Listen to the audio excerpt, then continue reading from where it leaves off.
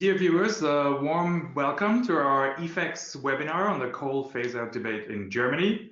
My name is Matthias Duwe. I'm the head of the climate team at Ecologic Institute, a Berlin-based think tank on environmental policy.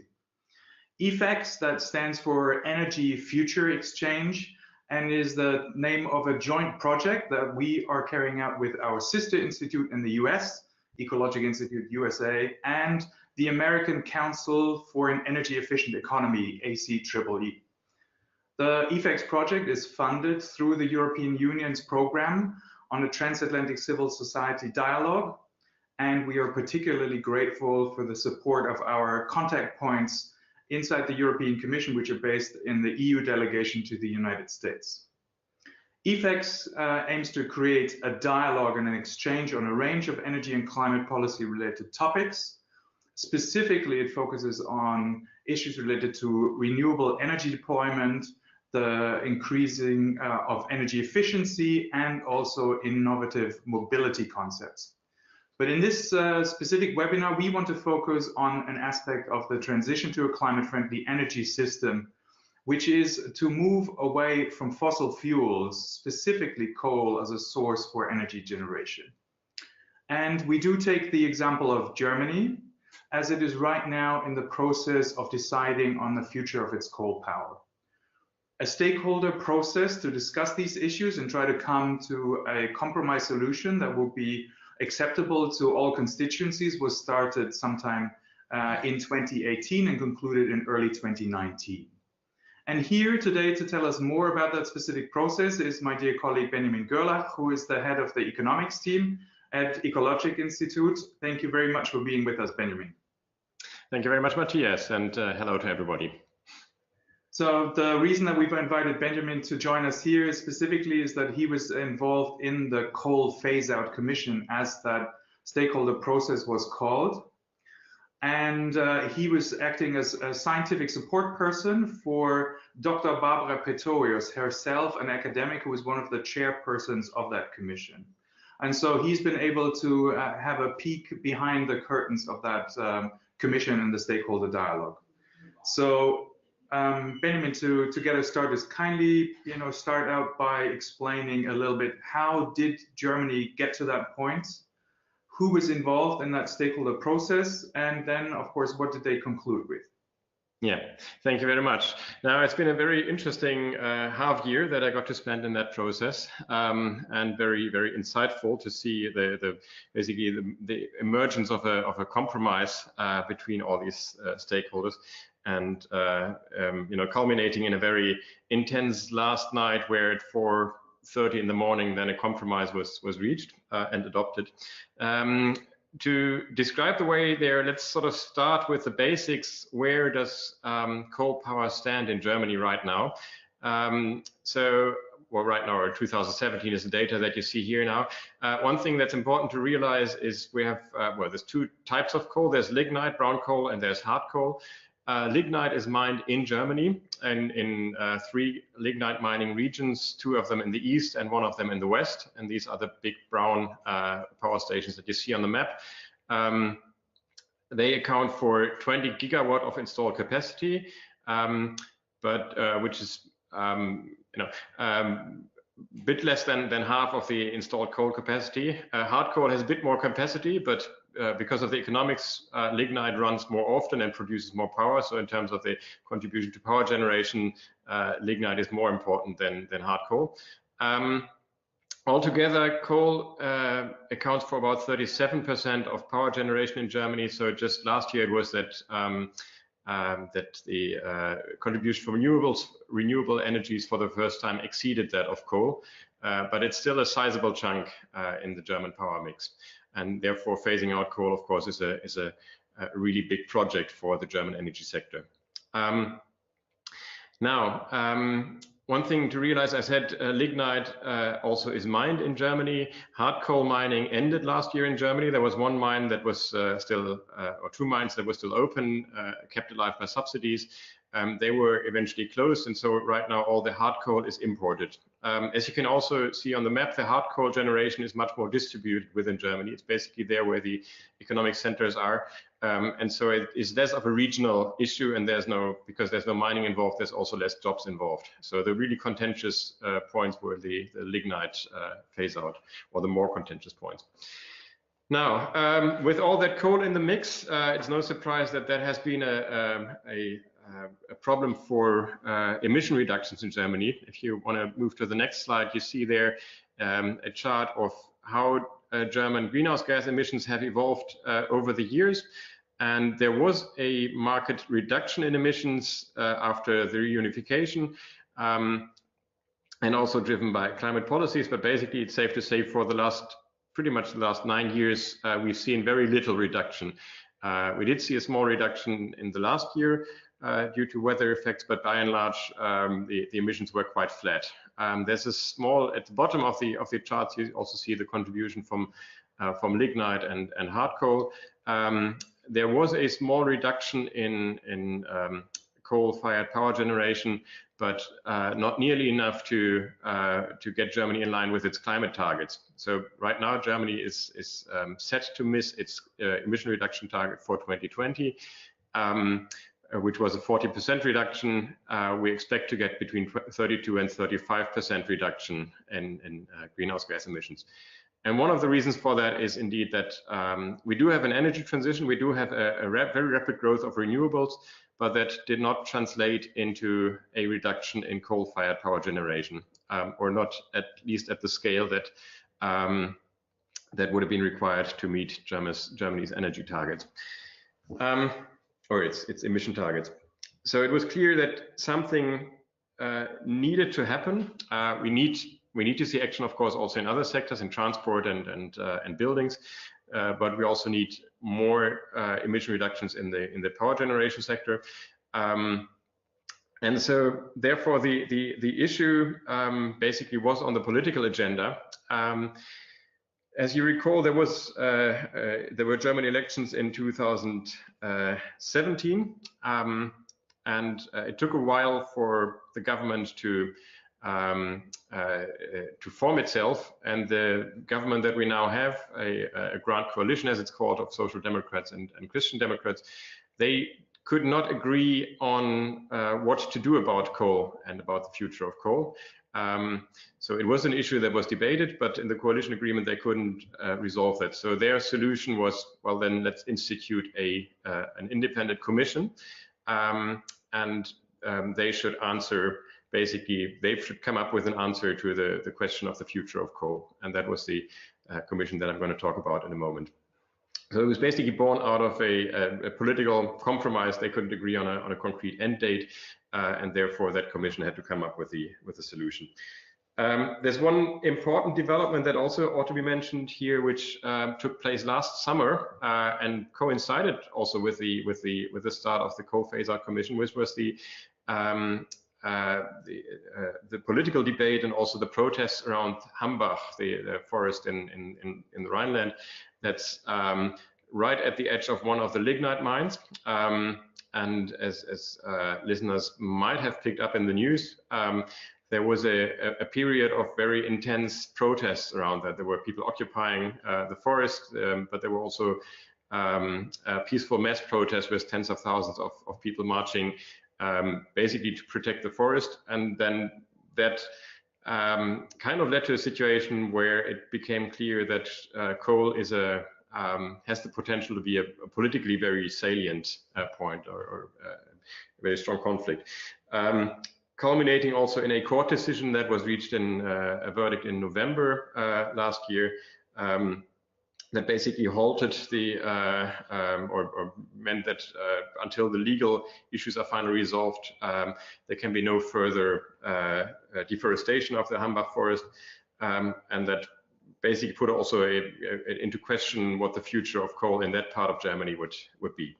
So that was a certainly significant influence to the work of the Commission as well. So So much for context. Then let's take a look at the Coal Commission. Next slide, please. So officially known as the Commission for Growth, Structural Change and Employment, but informally known as the Coal Commission, led by 4 presidents that you can see there, or 4 chairpersons that you can see there, 2 former prime ministers from Eastern German states, Ronald Pofalla, former head of the Federal Chancellery, and Barbara Pretorius, a professor for energy economics. There were 31 members, 5 of them from the business and industry sector, so Federation of German Industries and other players. Then there were, in the next category, 4 representatives from the energy industry, notably here the big 2 energy associations, BDEB and VKU. Then there were 3 representatives from trade unions, the mining, the ones representing mining and other trade unions. Then from the administrative sector, but sort of closely linked, the organization that is in charge of employment policies in Germany. Then from there were a number of regional stakeholders, 7 of them in total, from these coal mining regions, and those were both political representatives of the regions, but also local stakeholder organizations in that basically fight against coal mining or fight to preserve the villages that are in risk of being devastated. Then on the next category, there were 5 representatives from science, including Öko-Institut, Potsdam Institute, and others. And there were 3 environmental NGO representatives in the board. Now, those are the 28 members that were allowed to vote. In addition, there were also 3 members of parliament that were also members of the commission, but that had the right to speak, but not to vote. So it was essentially a commission that was composed of stakeholders, elected officials only in the sense of the regional representatives, but there was no federal government, and also there were parliamentarians on the board, but without the right to vote in the end. That was the commission itself. Then around the commission, basically, there were a number of organizations that also had an influence, let's say, although they weren't formally at the table, but also in the room. So there were 6 ministries that had a close look at what was evolving: economics, environment, Ministry of Finance, the construction and interior, transport, and work and social affairs.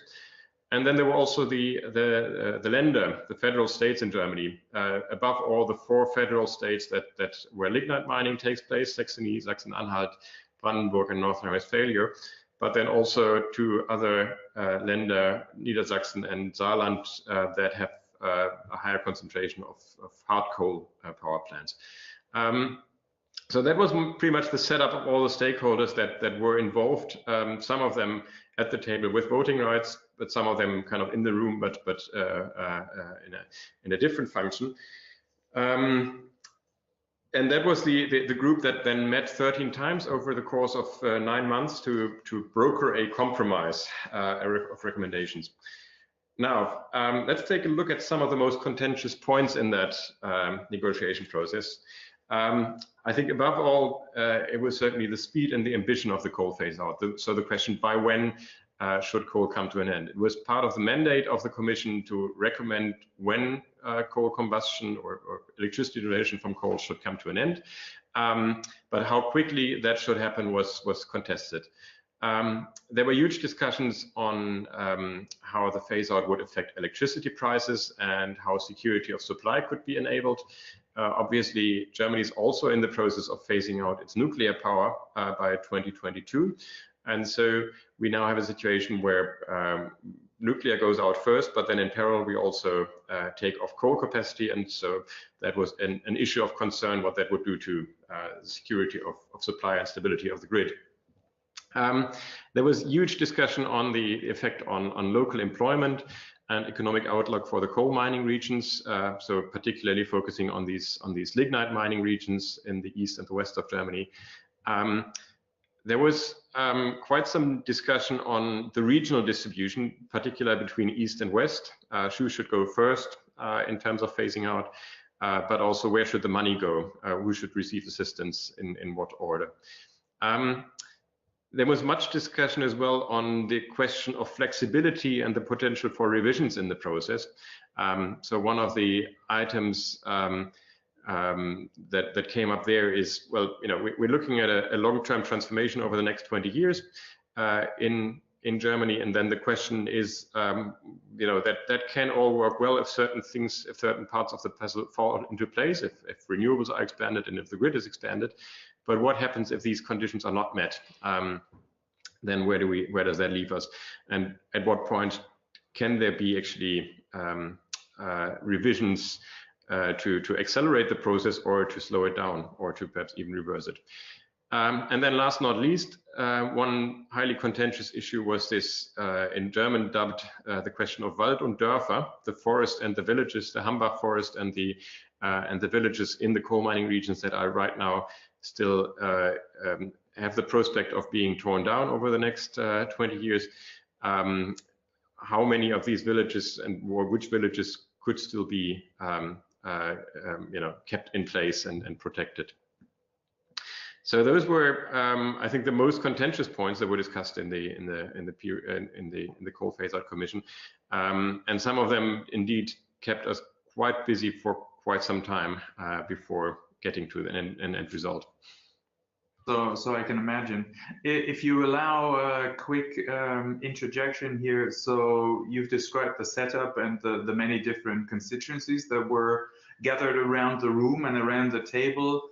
That seems to be quite comprehensive in terms of getting a whole variety of different interests and perspectives to the discussion, but also one where one would indeed imagine that they come with that specific agenda. And so maybe you can expand a little bit on the dynamic that was created by this diversity. Did the groups themselves play largely the roles that you would expect? So let's say the green groups demanding the most ambitious shutdown plan, and trade unions wanting to hold on to job guarantees for their workers, along those lines?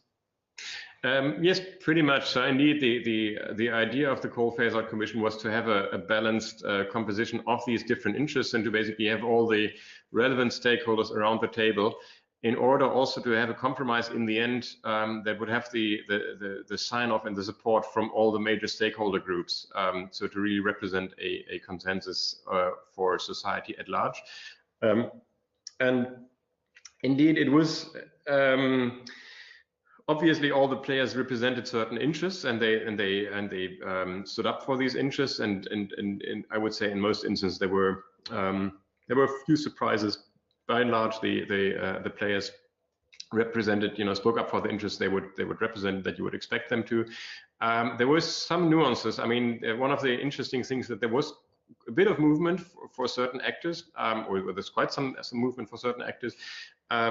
One thing that was interesting to observe, or two things that were interesting to observe. One is the regional discrepancies in Germany. As I mentioned, there's two coal mining regions, or three, two of them in the east, one of them in the west.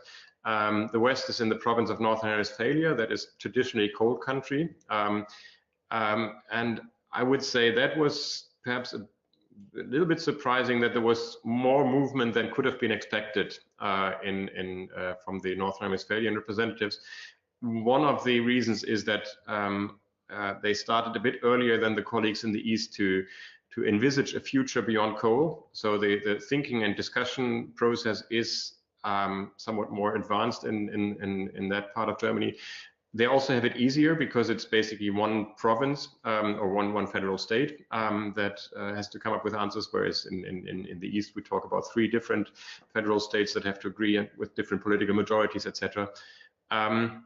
But then also the Hambach forest that I mentioned earlier, the social discussion, and also the court case, I think that did trigger a bit of rethinking, both for the local government in North Rhine-Westphalia, but also for their main utility, RWE, that basically led them to change their position or their strategy. So that was one of the surprises. The other surprise, to some extent, was the energy representatives in the room. the energy associations basically had a bridge building role, if you want. Obviously they if you want, the associations represent not only the big coal-fired or coal-dominated energy utilities, but they represent hundreds of different energy companies in the country. Many of them stand to benefit from coal phase-out and stand to benefit from the energy transition. And so that was, I think, indeed interesting that their main concern was not to extend coal as long as possible, but rather to have a manageable and secure process, a plannable process, if you want. So in that sense, those are sort of two modifications where we did see some, well, not surprises, but interesting positions by players. Excellent. Thank you very much for that clarification. And before I can ask you about, you know, who got what potentially and who moved where, we of course need to first talk about the results. So, you know, take us through the compromise that was reached in the end. Yes. So indeed, I've grouped these recommendations into four main categories. There's a 120-page document with 260 pages of annexes, so that's much more to that. There's a total of 15 policy recommendations, but I've sort of narrowed it down to the most important ones, to the headlines. The most obvious one is obviously phasing out coal to meet climate targets. If you want to move to the next slide, you see there's three different periods. The first period is basically what's going to happen now, now as in until 2022. You remember we have 42 gigawatts of coal right now. By in 3 years from now, that should be brought down to 15 gigawatts of lignite and 15 gigawatts of hard coal. So it's 12.5 gigawatts of coal about to be shut down, of which there's 3 gigawatts of lignite and the rest is hard coal. Now, when talking these numbers, there's always a bit of a difficulty because there's a question, what baseline are we comparing it against? So one thing to note is that also in the baseline, we already have about 5.5 gigawatts of coal that are expected to go off the grid, simply because right now we have overcapacity, and so some capacity is already in a security reserve. Some other capacity has been announced for shutdown. So we already have a declining trend, but that declining trend is accelerated. So 5.5 would go out anyway. Another 7 gigawatts are to be shut down in addition to that, including these 3 gigawatts of lignite. So that's the immediate start. Then by 2030, the goal is to have 9 gigawatts of lignite and 8 gigawatts of hard coal remaining. So again, now we have 42. By then, we are expected to be down to 17 gigawatts of total in total. That's essentially basically all the old lignite gone. So that will only be the newest plants that were really sort of built in relatively recent years, but all the old plants should be shut down by then. And then the last step in the process is the phase out of coal. The end date that was agreed really as one of the last items after very lengthy negotiations was 2038, with the possibility to bring it forward to 2035. So the phrasing right now is that in 2032 there will be a revision stock take, and then the decision whether the phase out could be brought forward to 2035. But sometime in that period is when the end date is expected. And I think we're going to just hop over the next slide. That's for the connoisseurs. The numbers sort of spread out in detail, but I talked through that already. And then can rather move on to the next big category of recommendations, which are the mining regions. What should be happening to them, how they can be assisted in the transformation. And then, so the recommendation there was, well, first of all, articulating a positive vision for these coal mining regions, articulating what a future beyond coal could look like for them.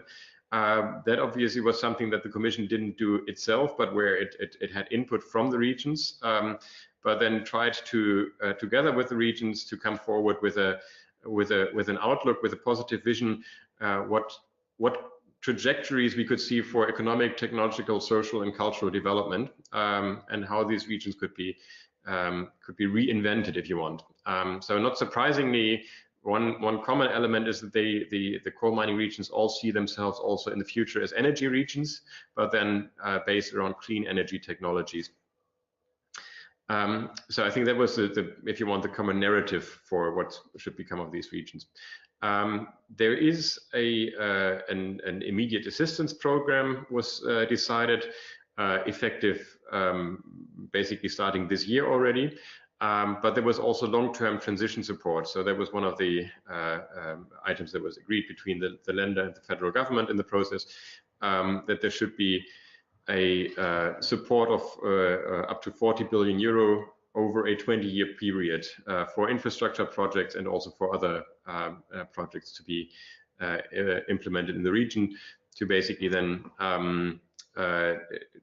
to help put in place the elements that are needed to develop that, to make that positive vision a reality. So that includes kind of research facilities. It includes provisions for attracting new industries. It includes lots of infrastructure investment, etc., etc. So it's a sort of comprehensive development package, if you want.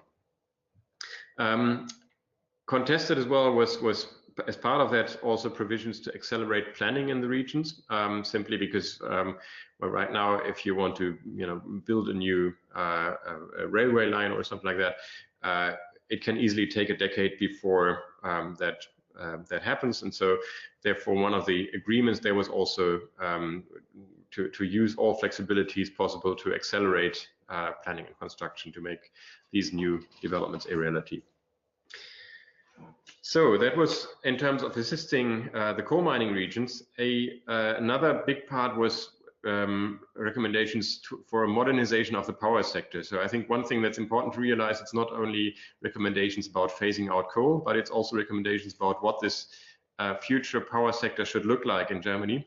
So it's if you want, also a comprehensive package to go to the next level of Germany's energy transition. So that included things like additional incentives for new combined heat and power plants, for additional gas capacities in order to guarantee the security of supply when Germany sort of goes off nuclear and off coal at the same time. It reinforced the goal to expand renewables in line with the target to have 65% by 2030, which is Germany's kind of official renewable electricity target. And that comes with lots of preconditions. You need to have the modernized electricity grid to then get the electricity to where it's needed. But increasingly, we're also looking at things like storage technologies, other technologies for sector coupling, green hydrogen, etc. So the paper includes lots of recommendations how these technologies could be supported and incentivized to basically now create the framework conditions for that energy system of the future. One sort of technical but important thing was also a recommendation that when Germany moves out of coal, it should use an option that the EU law allows. There is a European emissions trading system. For the policy wonks, there's this problem of the waterbed effect. If Germany phases out coal-fired power plant, it could result in emission increases in other parts of Europe. And so the recommendation was there to use a provision to cancel allowances to make sure that waterbed effect does not happen. Now, then to the last batch, minimization of other adverse effects. Perhaps not a surprise given the breadth of stakeholders that was represented in the Commission. There was much concern about all kinds of adverse effects that these measures might have. And so therefore the recommendations also include a number of provisions for different players and for different actors that could be affected by the phase out. So for households and industry, the recommendation is to have compensation, to compensate them for power price increases that could happen due to the coal phase out. So if these power price increase should happen, to that extent, there ought to be a compensation mechanism.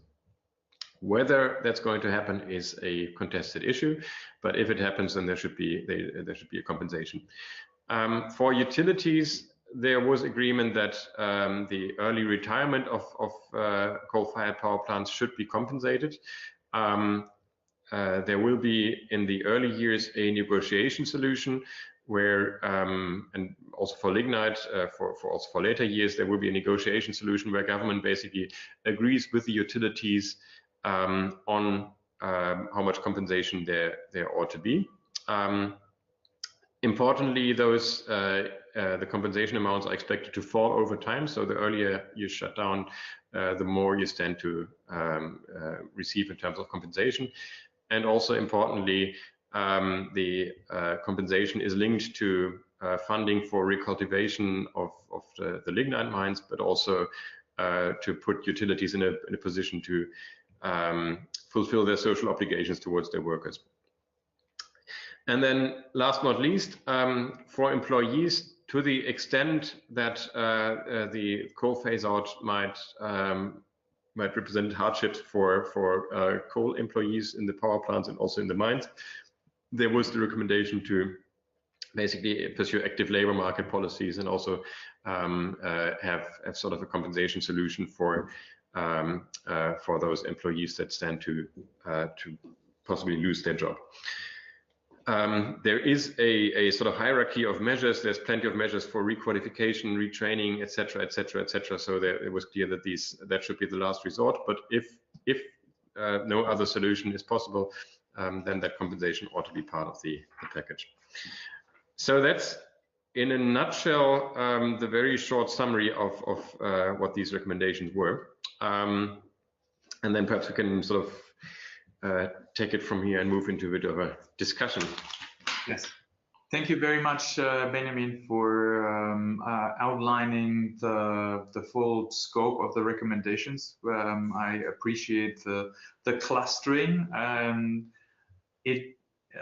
For an observer who wasn't as close to the process as you were, if I basically look at a number of the recommendations, they all seem to be coming with a price tag, and quite a hefty one. So 40 billion for the transitioning in the regions over 20 years, but then also the investments in the grid, and then the potential compensation both for energy consumers, but also the utilities, and then the required investment in the labor market policies. Yeah.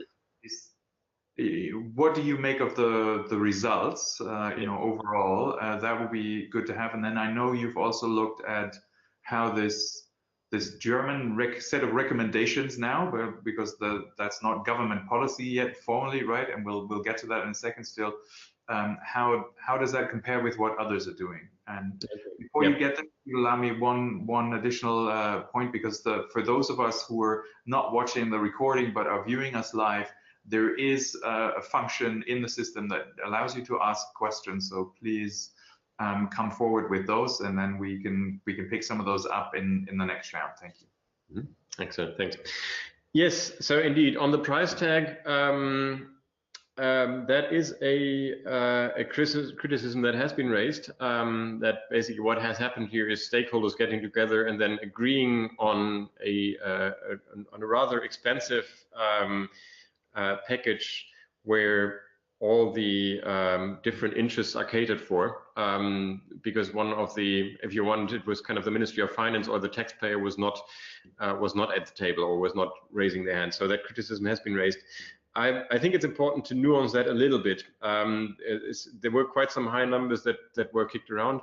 The only concrete number that the report contains is these 40 billion euro for structural development, and that is indeed a big number.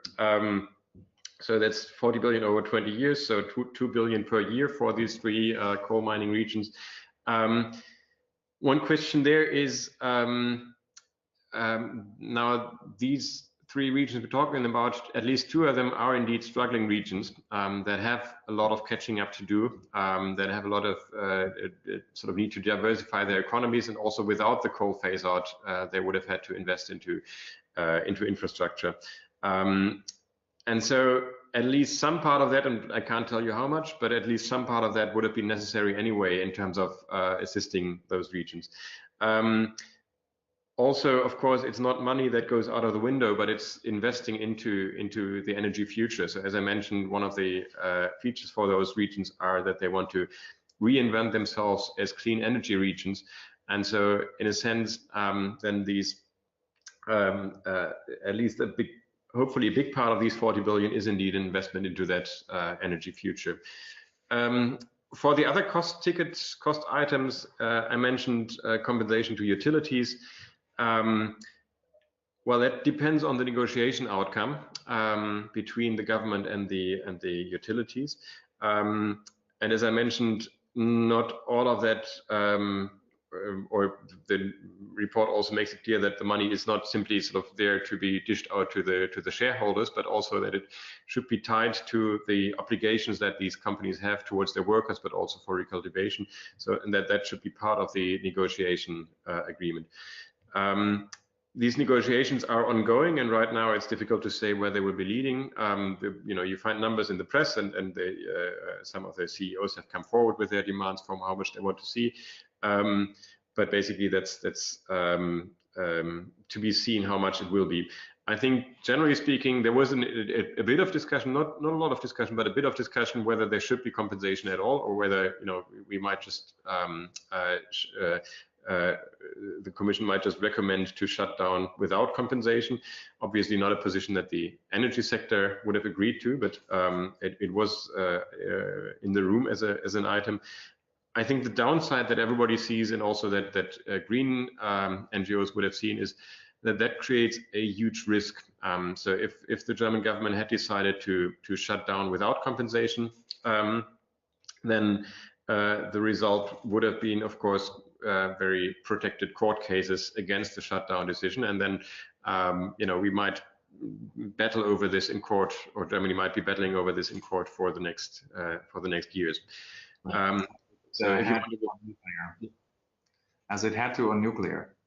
As it had to on nuclear, indeed. Yeah. So and so therefore the preference was to have certainty, although it might be then more expensive. There is also again for the wrongs, there is a provision that the negotiation between government and the utilities should be concluded by the end of June next year. And if then by then no agreement is reached, then this basically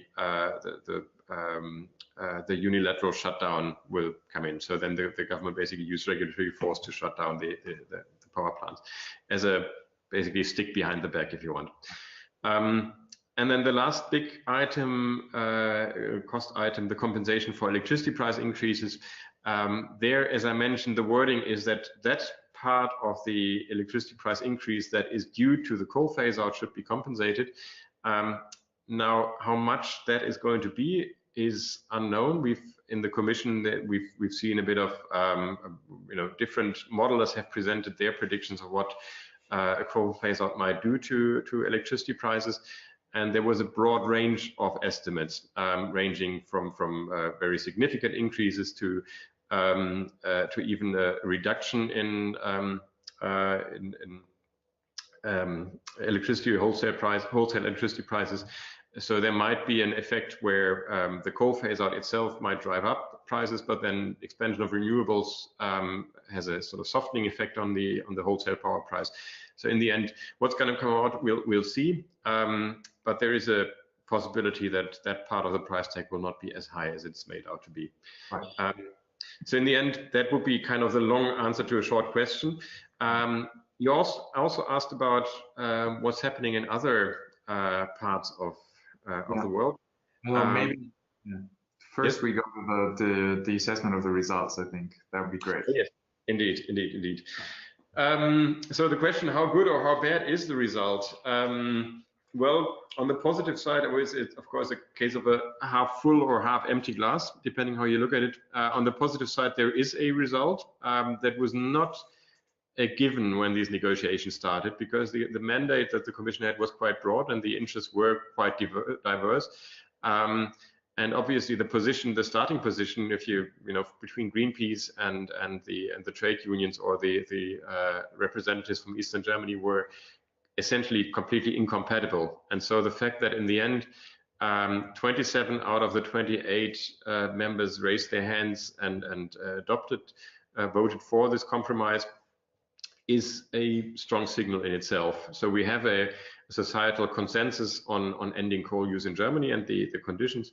So I think that's it also basically showed that the political system in Germany is capable of reaching and formulating that type of consensus when at times when other polities in other parts of the world find it more difficult to agree on these big questions. On the positive side, also, we are expecting to see meaningful reduction in the next 3 years. So that the reduction that was agreed in the recommendations is substantial. We have a phase-out scenario that's in line with Germany's target for 2030. So those, you know, the recommendations do their contribution to ensure that the 2030 target can be met, and that at a time when German climate and energy policy has not always been so successful in reaching its target. I think it's also important to underline that the Commission has sent a signal that coal regions will not be left alone in this process, and that the workers, particularly, will be assisted. And it's also sent out the signal that also without coal and nuclear, we don't have to worry about security of supply, and we don't have to worry too much about affordability. That it's possible to bring these different requirements together, and so I think that at least the expectation is there that we can get there. And happy to sort of discuss that further in the should the viewers or listeners have an interest. On the negative side, 2038 is I mean, negative from an environmental perspective. 2038 is not super ambitious. It's quite late in the process if you compare that to other European countries. And I think it's safe to say that also an earlier end date would have been possible without overthrowing the stability of the energy system. It's also come out that the path between 2023 and 2030 is not very clear, is not very clearly defined. Different parts of the Commission would have liked to see sort of a more clearly defined path for the period in between, and that could not be agreed. We talked about the cost already. One thing that did not make it into the final report is for instance, carbon pricing. That might have offered a cheaper way to reduce coal generation, or more economically efficient way to do that. But that did not make it in. Instead, we have quite some reliance on compensation. On the flexibility side, there is the checkpoints in 2023, 26, and 29. Now, there's good reasons for having these checkpoints, but there's also the downside that they basically take away some of the certainty of stakeholders and investors, and make the whole process more difficult to plan.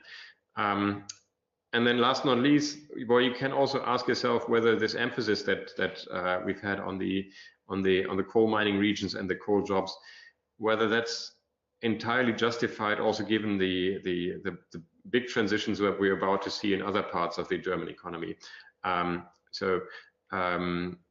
It's you know, we did devote quite some time, and Germany is going to devote quite some resources to protecting or ensuring a just transition, which is a positive signal. Then if you look at 20,000 jobs, you know, it's obviously a small part of the work of the labor force in Germany, and it would be difficult to envisage a similar process if, I don't know, perhaps in 20 years' time we might find that the German car industry is struggling to make the transition to a low carbon sector. All right, so how good or how bad is it? You also asked a little bit about what is the rest of the world doing, because one of the interesting aspects of this discussion was that you could very often hear that Germany is basically, we could very often hear in the negotiations that basically Germany is doing something extraordinary, and that that's sort of imposing that massive burden onto its economy, and that basically Germany would not be able to heal the world by itself if it phases out coal.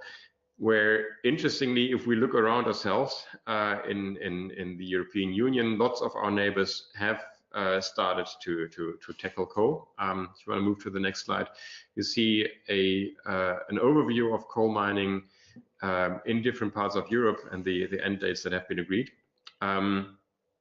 So here you see, well, there's a few countries that basically have never used coal in the electricity mix. Switzerland, the Baltic countries, those in light green, are basically the ones that never really used coal, except for, I think, one small CHP plant in Norway, but essentially it doesn't play a role there. Then we have plenty of countries that have announced a coal phase out, and we see the list of them on the left. Belgium already phased out coal, not as a declared policy, but rather as a well, economic development. They shut down their coal. And plenty other countries have basically set themselves targets to phase out coal over the coming years. We have two countries, Spain and Slovakia, where negotiations are still ongoing, and we have well, I think 7 countries predominantly in the east of Europe, where there's no plans to phase out coal. But essentially, so out of the 28 European Union member states plus Norway and Iceland, 3/4 either have decided to phase out coal or don't have coal in the mix or are still in the process of discussing.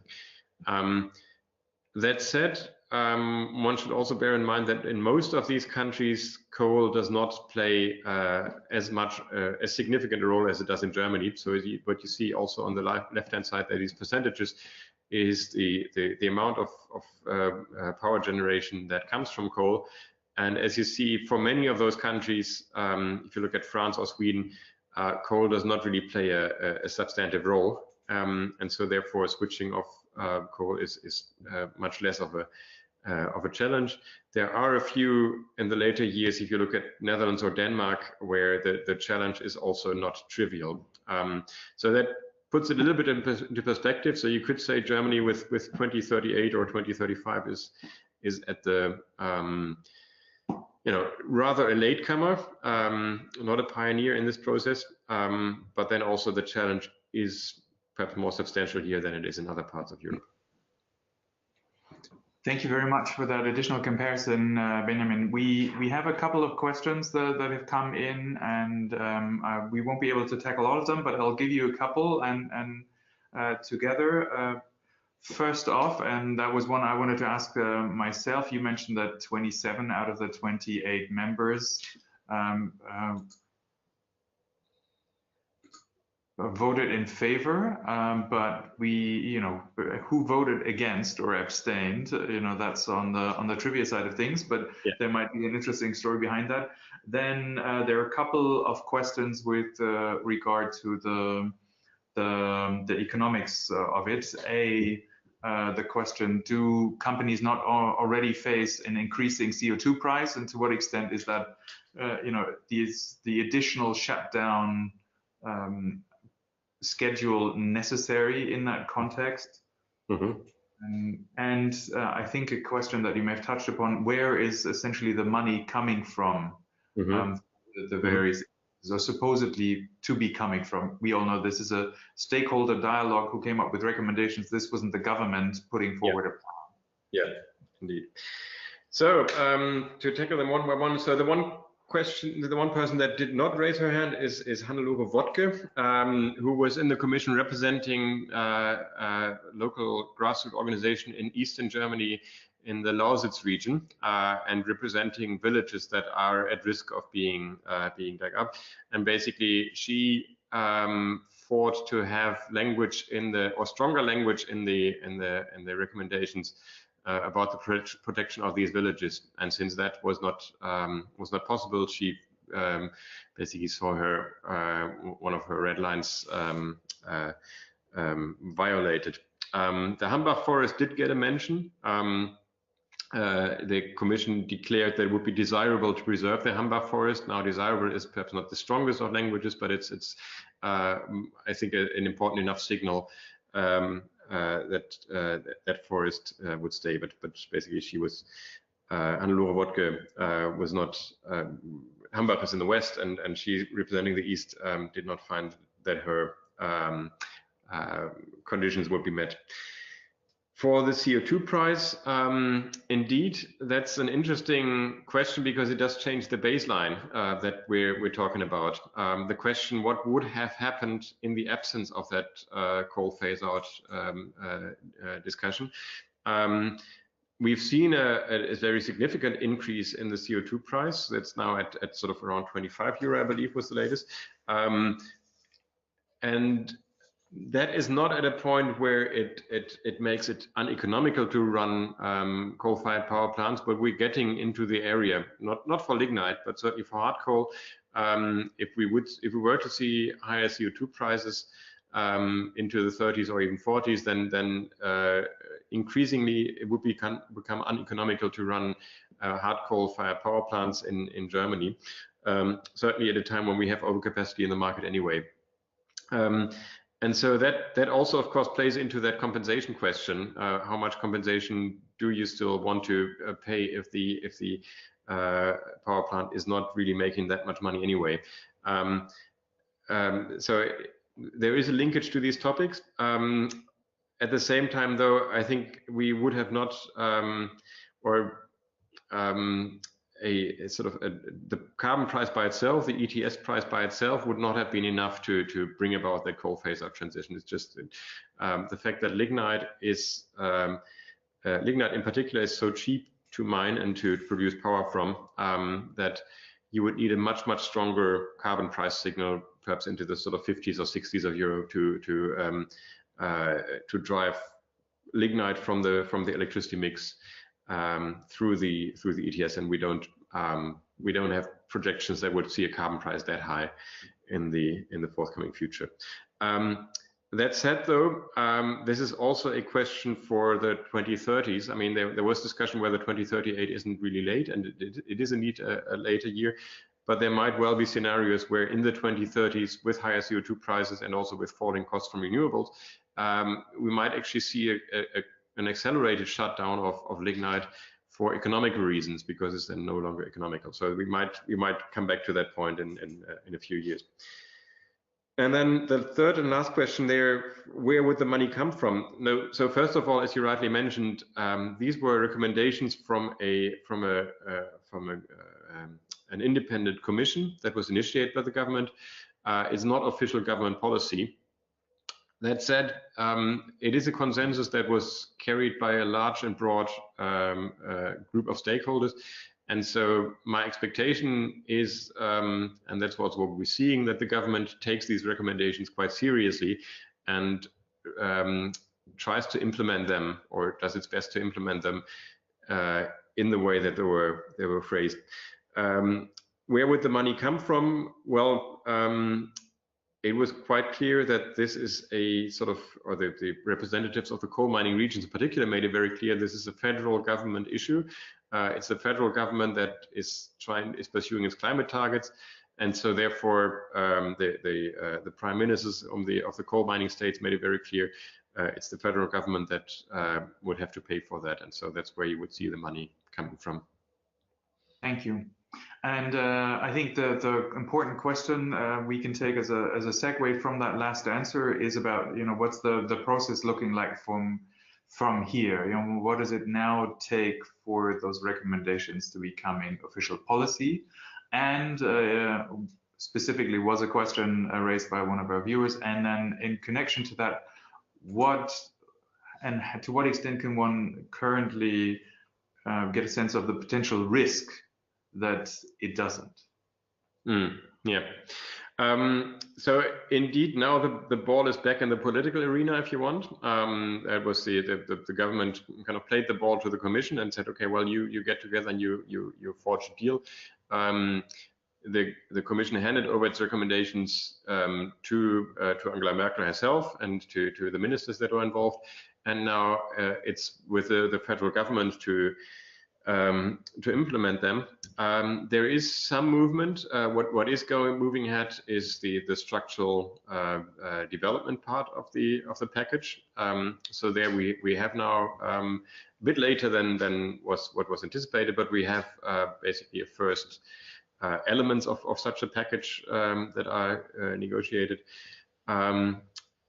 There are negotiations, or negotiations are starting between the government and the utilities. As I mentioned, the deadline for those that the Commission recommended would be June of next year, but the negotiations are apparently beginning.